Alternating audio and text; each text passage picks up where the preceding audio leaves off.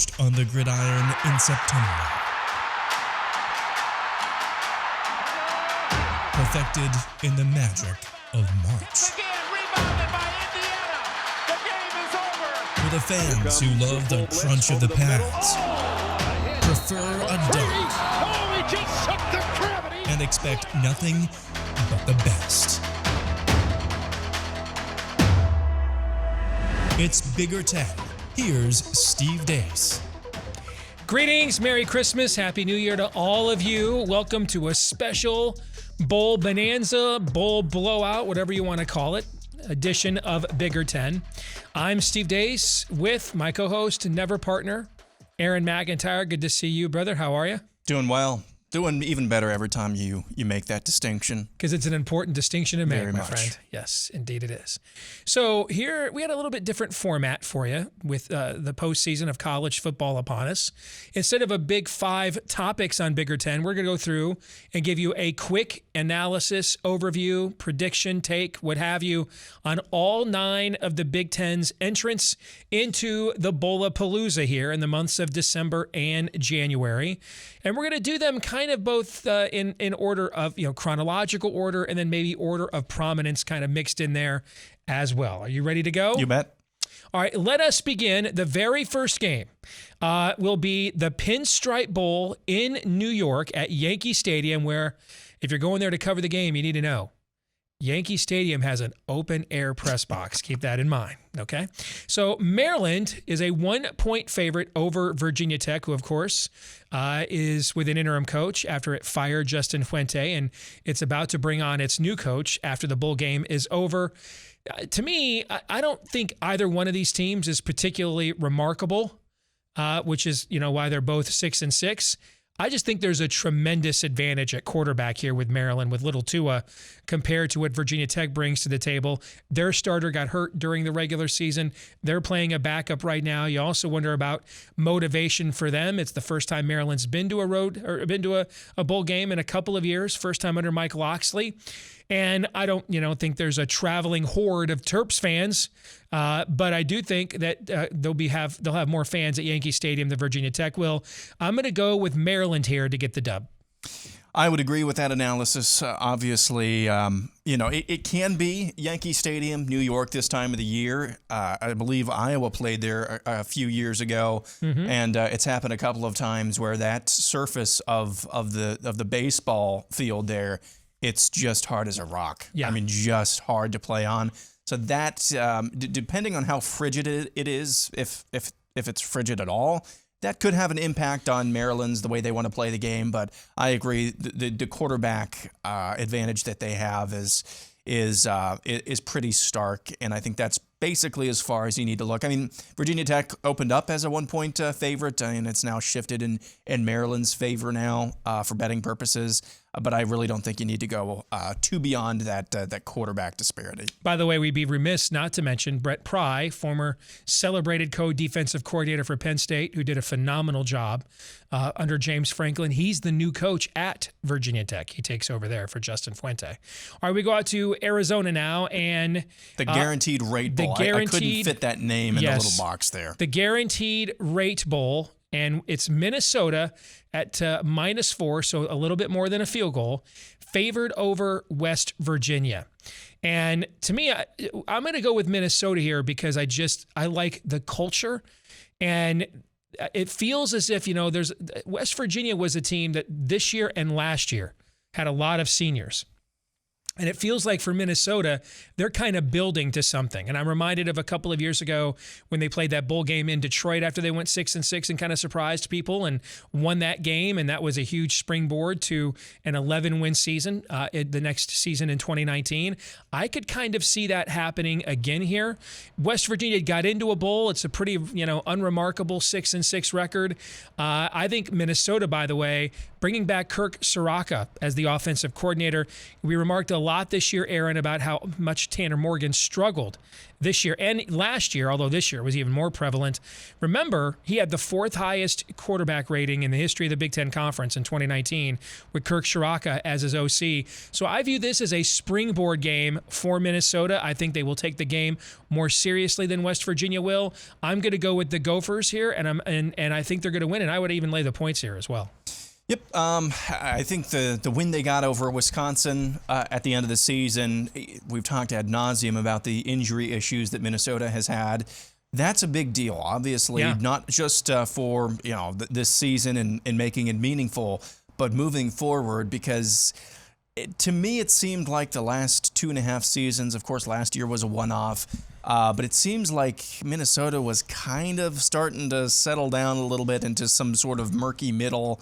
I mean, losing to Bowling Green earlier this year, you're coming a long ways, not only with maintaining the culture that PJ Fleck has worked very hard to build there.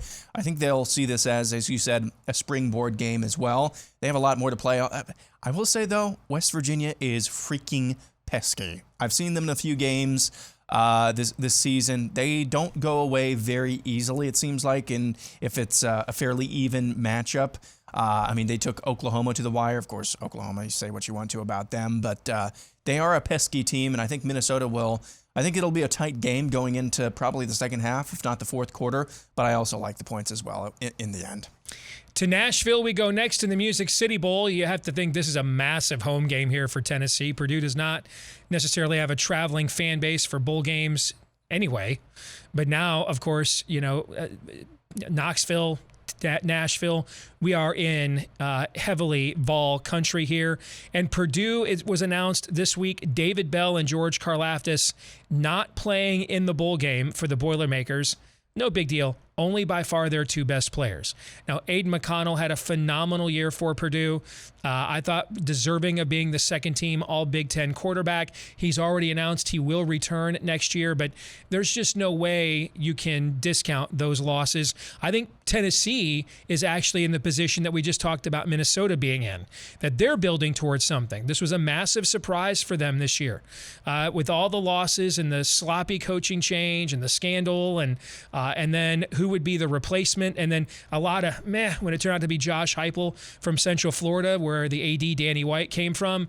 Lo and behold, here they sit with 7 wins. They discovered something with Hendon Hooker at quarterback. I told you at the beginning of the year, I had no idea why they were starting Joe Milton and not Hendon Hooker after watching both of those guys play. I wonder what their record would have been if Hendon Hooker had played the entire season. Anyway, 7 wins for Tennessee. A lot of these guys coming back, including Hooker's announced he'll be back at quarterback next year for Tennessee, taking advantage of the extra COVID year. This just strikes me as Purdue walking straight into an ambush here. I'd take Tennessee and I'd lay the 3. Yeah, the 3 points, especially, take away the players that are sitting out for Purdue, skipping this bowl game. The 3 points, even if they were playing, that seems like a really, really low number, which kind of gives me pause. I agree that the home field advantage is definitely going to be with Tennessee, but I don't know. I've got a weird feeling about this game. I think the last weird feeling that I had was maybe the Minnesota-Wisconsin game. And then before that, I just have these weird gut feelings. I think Purdue is going to put up a bigger fight than that. I don't think they're going to be wiping the floor with Purdue by any means, because Jeff Brom has got to be saying to his team right now, we're walking right into their territory. We're walking right into their territory. They're going to be prepared for that. And these 2 guys are skipping, or, thank you very much for your services. This is a tryout. If you want to be on the team next year, you play your damn best this game. So I think there should be some motivational, I don't want to call it an edge right now for Purdue, but the motivation, I think, should be there for a Music City Bowl, if that's even possible. So I'm not totally sure it's going to be a blowout. I totally see that, but I'm not quite as sure as you are. We go out to the newly refurbished Las Vegas Bowl. Las Vegas Bowl, I should say, which is now attached to the Big Ten and is now in that brand spanking new football palace cathedral that they have built there for the Las Vegas Raiders. The Badgers of Wisconsin will be laying a little bit more than a touchdown with the extra point to Arizona State. These are a couple of teams that have played several times in the regular season in recent years, and now they play in the Vegas Bowl. You wonder about what's going on at Arizona State with NCAA investigations and everything else. One of their tailbacks that was scheduled to be next year's starter after Rashawn White is their star is supposed to go to the NFL. He just upped and transferred, which kind of makes you think, maybe he knows something going on there. This just strikes me as a culture game. I don't know that Wisconsin, given the way it finished its season, will have the legendary bowl game traveling throng it is known for. I certainly don't think it'll have a hell of a lot more fans there than Arizona State will. So I think Wisconsin will win the game.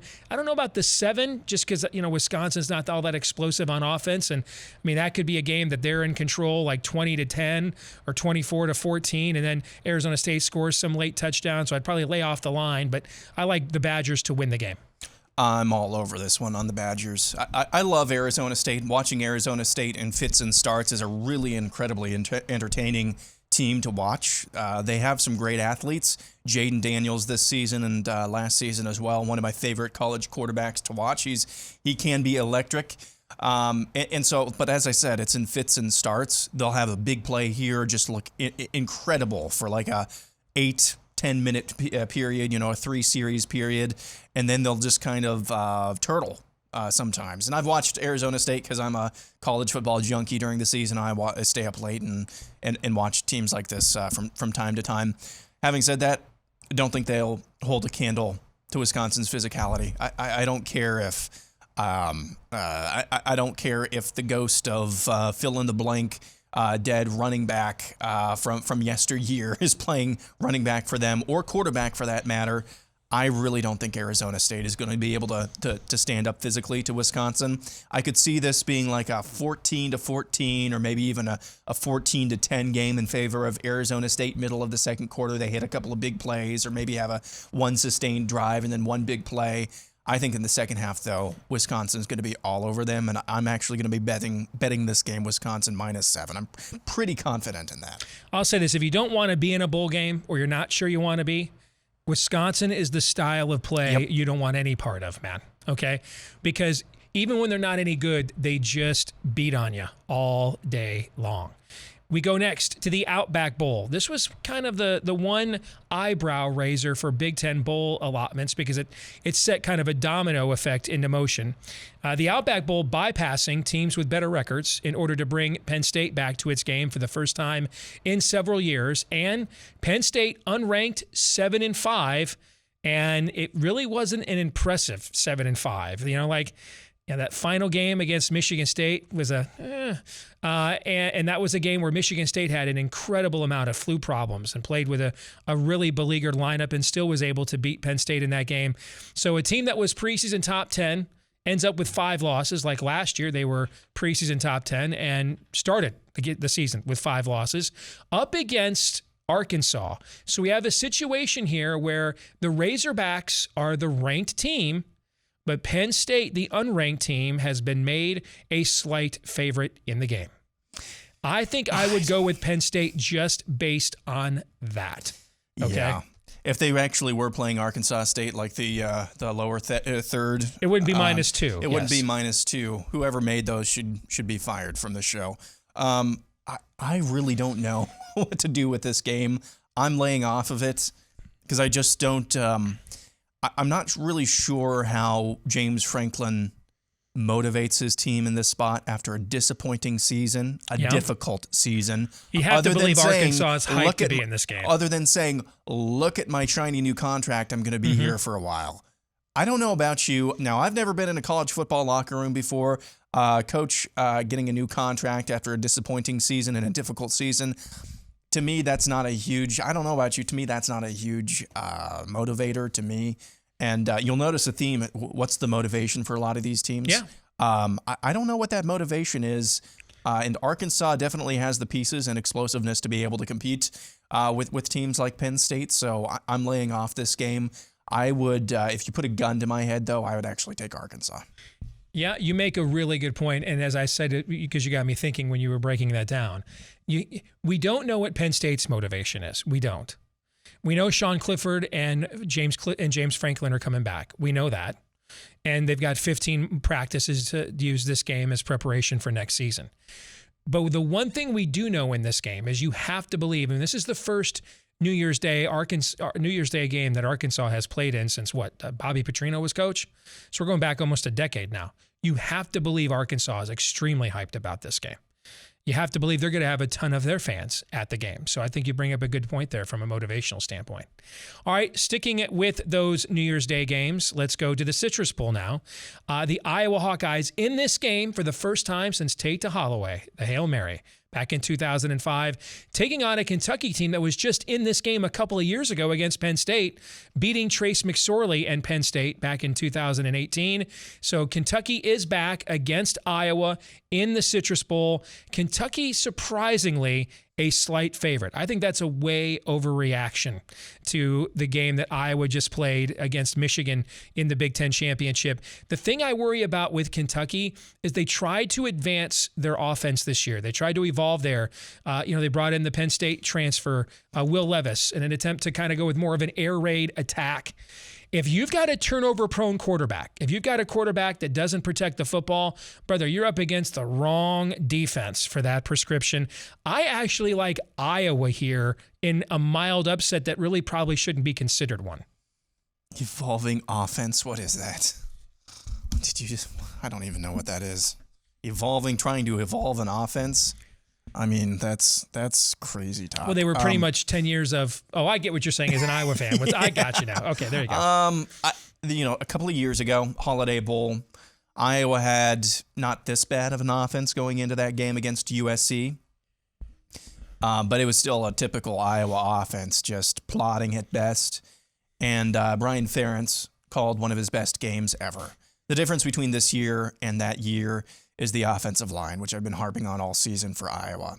If they have really taken some good steps, and Iowa offensive coordinator B. Ferentz, the younger Ferentz, is able to do some self-scouting during this extended break between the bowl game and the end of the regular season, I think Iowa has a good shot to actually be competent on offense for once.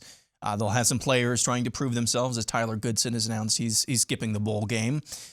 So at tailback, they'll be able to get some fresh blood in there as well. I just have to hedge. I'm just so jaded. I have to hedge against Iowa's ability to put up any points, even though I could see a scenario where that happens, where Brian Ferentz comes out and has an actual good game plan and the offense actually blocks up well, or the offensive line actually blocks up well.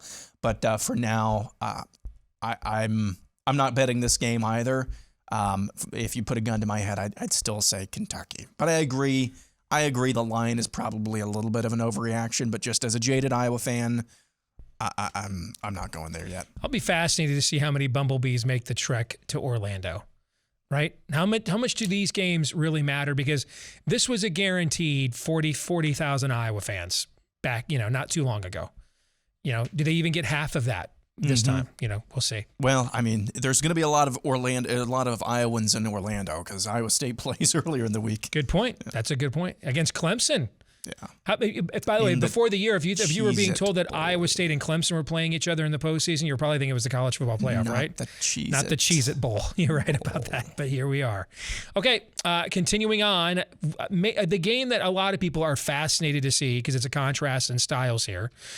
With Michigan State against Purdue, Sparty comes in with the power running game, obviously, with Kenneth Walker III, but their passing game, particularly when the receivers are healthy, ain't nothing to sneeze at. Meanwhile, Kenny Pickett was third in the balloting for the Heisman Trophy, decided to come back for one more year courtesy of COVID, and it has paid dividends. Heisman Trophy finalist, likely QB1 in the NFL draft, or at least as things stand heading into the postseason evaluation period during the All-Star games. Now, he has not said for sure whether he is going to play. I don't know if I don't want to speak for Kenny Pickett's future agent, but have y'all watched Michigan State secondary film? I mean, if you really want to be QB1, I don't know, man. I think I'd probably put Kenny Pickett out there to sling that rock around for 60 minutes against Sparty's secondary. You get the feeling, this is the first time Pittsburgh, because they were an independent for so long, this is the first time they've ever won an outright conference championship in school history. They're in a New Year's Six Bowl. They're against Michigan State. Pat Narduzzi, the Pitt coach, up against the program that he helped make with Mark D'Antonio when he was a celebrated defensive coordinator there. It's a pick 'em. I just get the sense that Pitt's season has peaked. Mm-hmm. And Michigan State, I think, might be more motivated. Kenneth Walker and many Michigan Staters not happy that Aiden Hutchinson was a finalist for the Heisman. And he put up 5 touchdowns against Aiden Hutchinson in that Michigan defense and is kind of considered an afterthought. I just get the sense that Michigan State might be more motivated for this game. Yep. And they view this as the capper on their season when Pitt maybe already had theirs. So I'm going with Sparty.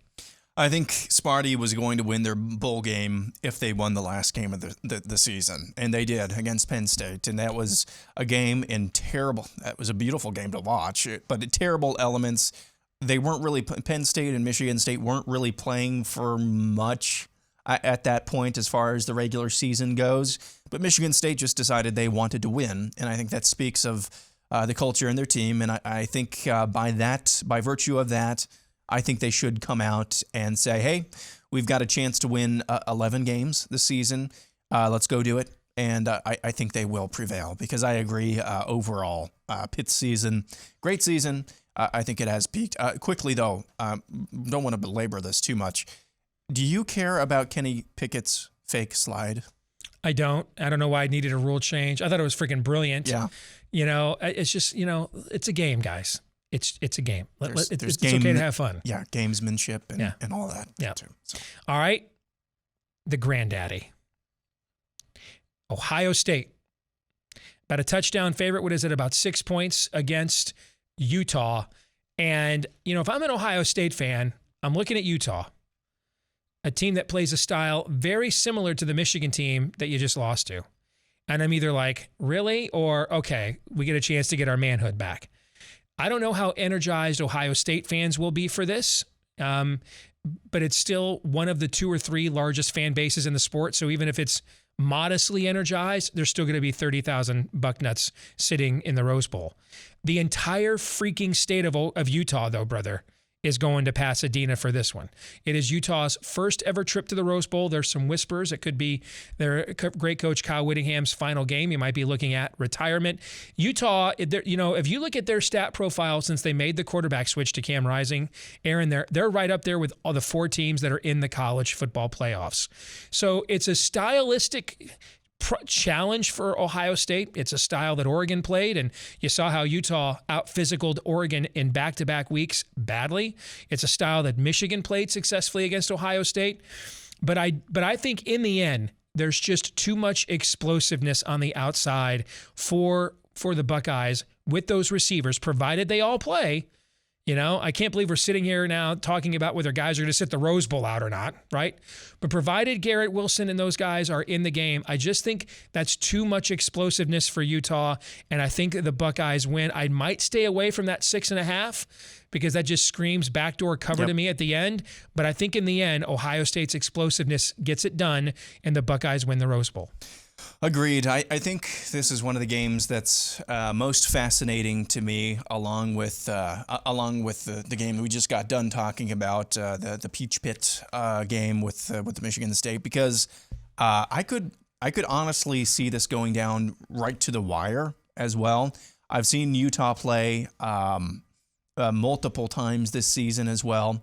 And the stark difference, I mean, they looked like they were going to be probably the biggest disappointment of the season in college football with the expectations, at least from handicappers prior to the season and the way they started out. And they had off-the-field tragic issues as well and a quarterback that left. But you're absolutely right. They would be in the college. Cincinnati would not be in the college football playoff, I believe, right now if they had started Cam Rising to begin the season, because he's been absolutely on the money for much of this season.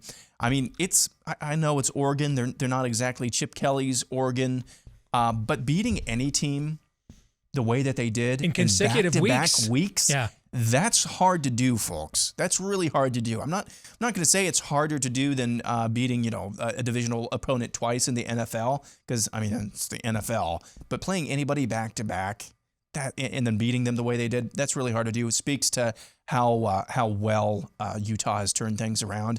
Having said all of that, though, Ohio State, man,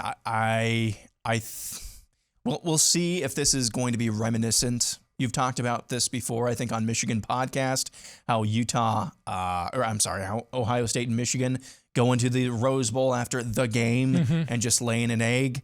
I wonder about that as well. I just think there's too much pride in that program, and definitely in the fan base, as we'll talk about a little bit later. I just think there's too much pride right now for them to have too much of a letdown or a hangover from the game. Finally, the college football playoff. Michigan becomes the third different Big Ten program to represent the league in the college football playoff, joining Ohio State, I think, on 4 or 5 occasions, and Michigan State in 2015. Michigan returns to the Orange Bowl for the first time since losing as a prohibitive favorite against Florida State in the 2017 Orange Bowl. In fact, this entire season has kind of been a 2016 revenge tour for Michigan. That was supposed to be the breakthrough year under Harbaugh, year 2, number 2 in the country, lost on that Saturday night to Iowa, turned around, lost in double overtime at Ohio State in one of the most controversial games in the history of the series. And so after being, in the top 3 most of the season, ends up with 2 losses, goes down to the Orange Bowl, suffers an upset loss to Florida State. Well, they've avenged the Iowa and Ohio State losses from that season. Can they get it done against the team that spent most of this year number 1, and while doing so piled up historic level of defensive accolades and data? To me, this is similar to the Penn State-Arkansas game from a mindset standpoint. We know where Michigan is going to be. They have a potent combination going for them, where they have the chip on the shoulder and momentum at the exact same time. And they think they're playing with house money. On the other hand, where is Georgia? Punched in the mouth by Alabama. Was that a one-off against a program that they have struggled with under Kirby Smart to get over that hump? Or did Alabama expose something in Georgia that we just didn't see against opponents that they could physically overwhelm at the line of scrimmage? If we know anything about this matchup, it's that neither one of these teams will be able to physically overwhelm the other at the line of scrimmage. The amount of scrimmage talent in this game on both sides of the ball, let's just say a lot of guys whose names you'll be hearing in the next couple of NFL drafts wearing both of these uniforms up front. So it probably comes down to which quarterback do you trust to make a key throw either early in the game to establish momentum or late in the game in order to mount some form of a game-winning drive. The 7.5 to me, I think, is all about what Georgia's pre-Alabama power rating was. And I think you have to throw that out. I'm not saying that you completely didn't. Way inflated. Yeah, but it's way inflated because we don't know the answer to that question. I would take Michigan plus the points. In the end, this is maybe where I emotionally hedge and would take Georgia to win the game outright. But I think Michigan plus the 7.5. If you are a Michigan fan like me and you're worried about all these awards all these guys have won and your assistants winning the Broyles and your head coach is National Coach of the Year, turning right around here and being told after you just name the score in the Big Ten championship game that you're almost an 8-point underdog in the college football playoff, Michigan will show up to this game with an edge. The team that we don't know about now suddenly is Georgia. I agree with vast swaths of that analysis. I would say I think Georgia is going to come out right. I think overall, and this is not a steep drop off by any stretch of the imagination. I think Georgia overall is the more talented team. Mm-hmm. The drop off in talent, as you pointed out earlier this week, is not as stark as it was between, say, Michigan and Iowa in the Big Ten championship, but they are the more talented team. I could see Georgia going out there and just saying, we have to get off to a fast start here. We don't want to get this slow down to the pitch. I could see Georgia going out, getting up to a 14-0 lead. I disagree that it's about making the throws in the first half to establish momentum. I really think it's who's going to not just make one throw towards the end of the game, who's going to be able to make 2, 3, maybe 4 throws at the end of the game. I'm not sure we have enough from Stetson Bennett this year so far. I mean, they haven't really been in that situation. Even the Alabama game, that was basically over in the fourth quarter, or at least for most of the fourth quarter anyway, when the pressure was on. When the pressure was still on, they were able to get a score, but they weren't able to get enough stops. I just don't know that we know enough about Georgia to be really sure about them overall, because they just haven't been tested. Their mettle really hasn't been tested to the point of playing a team like Michigan. So I could see them getting off to like a 14-0 start. A couple of really, really well scripted drives to begin the game. And then Michigan kind of gets them into that mosh pit on the field and really mucks things up. And by halftime, I could see it being like 14-10, 14-13, something along those lines. And then it's game on from there. Going to be a close game towards the end of the game, or towards the end. And like I said, who's going to be able to make multiple throws at the end of the game? And I think it's going to be a coin flip at that point, because as much as I can say with Stetson Bennett, we don't know enough about him. I'm not totally, and I think even most Michigan fans, your duo of quarterbacks, not totally sure what they'll do when the pressure is truly on, because as I said in the Ohio State game, that game was over, and for most parts of the fourth quarter anyway. So it's going to be a fascinating game, and I hope it's going to be an entertaining game, because that's what the college football playoff needs right now. Along the lines of what you were just saying, what would concern me if I'm a Georgia fan, we were up 10-0 in that game against Alabama. If you're a Georgia fan, you're saying we, right? You're up 10-0 in that game against Alabama in total control. Alabama punches you in the mouth once and you totally wilt. Alabama's other star receiver, John Mechie, isn't in the game, and you still can't stop their one guy, Jamison Williams. Alabama had no running game, was totally one-dimensional. That's the same Alabama team that should have lost to 6-6 Auburn in the Iron Bowl. Same Alabama team that barely survived 6-6 LSU. Same Alabama team that barely survived against Arkansas at home. That's what would concern me if I were a Georgia fan, is that we had everything going for us and we got off to that good start and we still wilted in that spotlight. Now, if you want to take advantage of the spotlight known as the NBA during Christmas week, that's kind of, the NBA's been in business for a while, but that's kind of the unofficial kickoff for a lot of fans when they really begin paying attention is during Christmas. Great opportunity for you to do that with our friends over at DraftKings during Christmas week. An official sports betting partner of the NBA, DraftKings, has a gift that'll certainly put you in the holiday spirit. New customers can bet just $5 on any NBA team and win $150 in free bets if you win.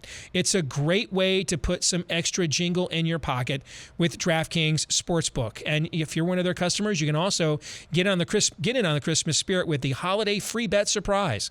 Everyone will get a free bet of up to $50 instantly, as DraftKings gives away up to $10 million in prizes. Remember, you can download the DraftKings Sportsbook app right now. Use the promo code BIGGER10, all one word. Bet just $5 on any NBA team and win $150 in free bets if they win. That's promo code BIGGER10 this Christmas week at DraftKings Sportsbook, an official sports betting partner of the NBA. Now, if you or someone you know has a gambling problem and wants help, call the Michigan Department of Health and Human Services Gambling Disorder Helpline at 800-270-7117. 21 and older, Michigan only. Eligibility restrictions apply. See DraftKings.com/sportsbook for full terms and conditions. All right, here it is, our weekly game of Would You Rather here on Bigger 10. Aaron, we start with you. Would you rather bring back Sean Clifford for a sixth year, as Penn State is doing, or try to bring in someone like a Spencer Rattler or any numerous big-name quarterbacks that are sitting in the transfer portal right now if you were Penn State? I think Sean Clifford is a known commodity right now, and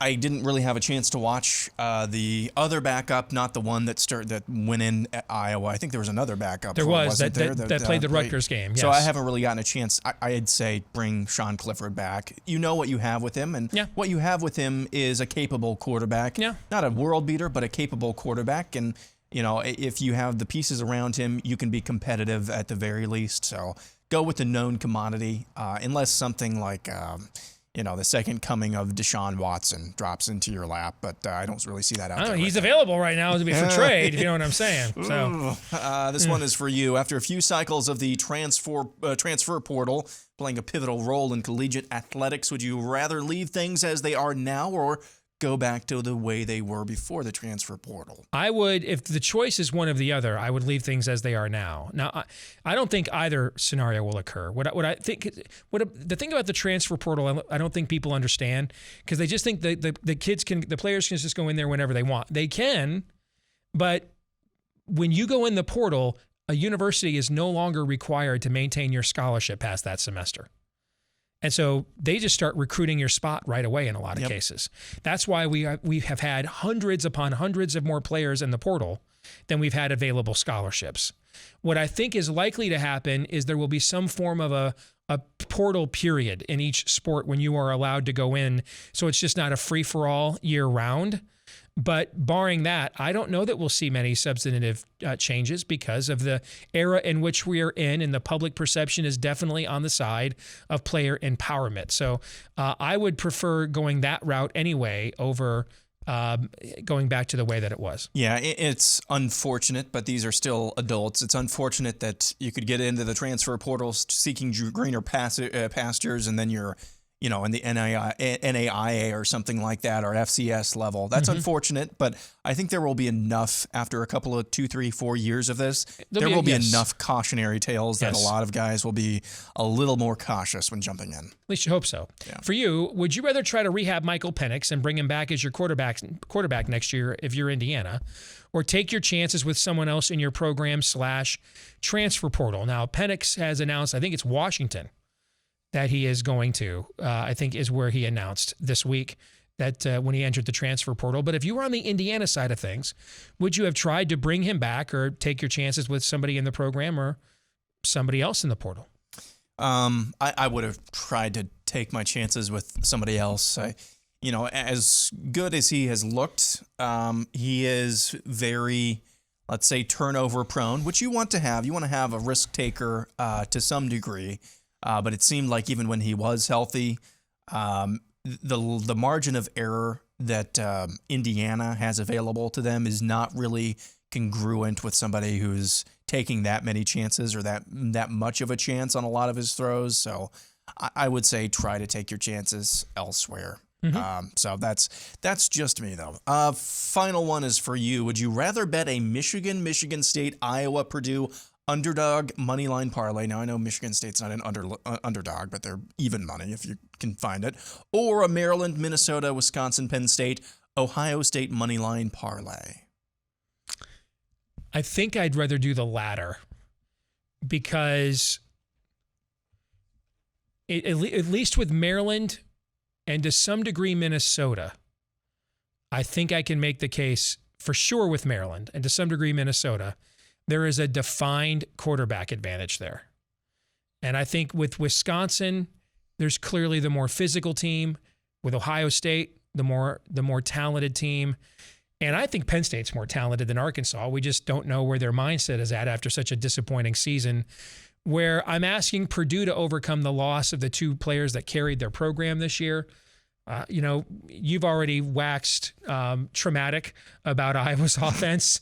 And then, we're asking Michigan to beat the team that was ranked number 1, and it wasn't even close for most of this season.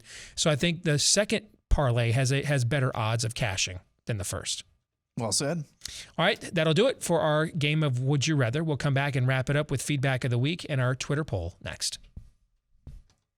And this week's Twitter poll, we asked a simple question. What will be the Big Ten's final bowl record?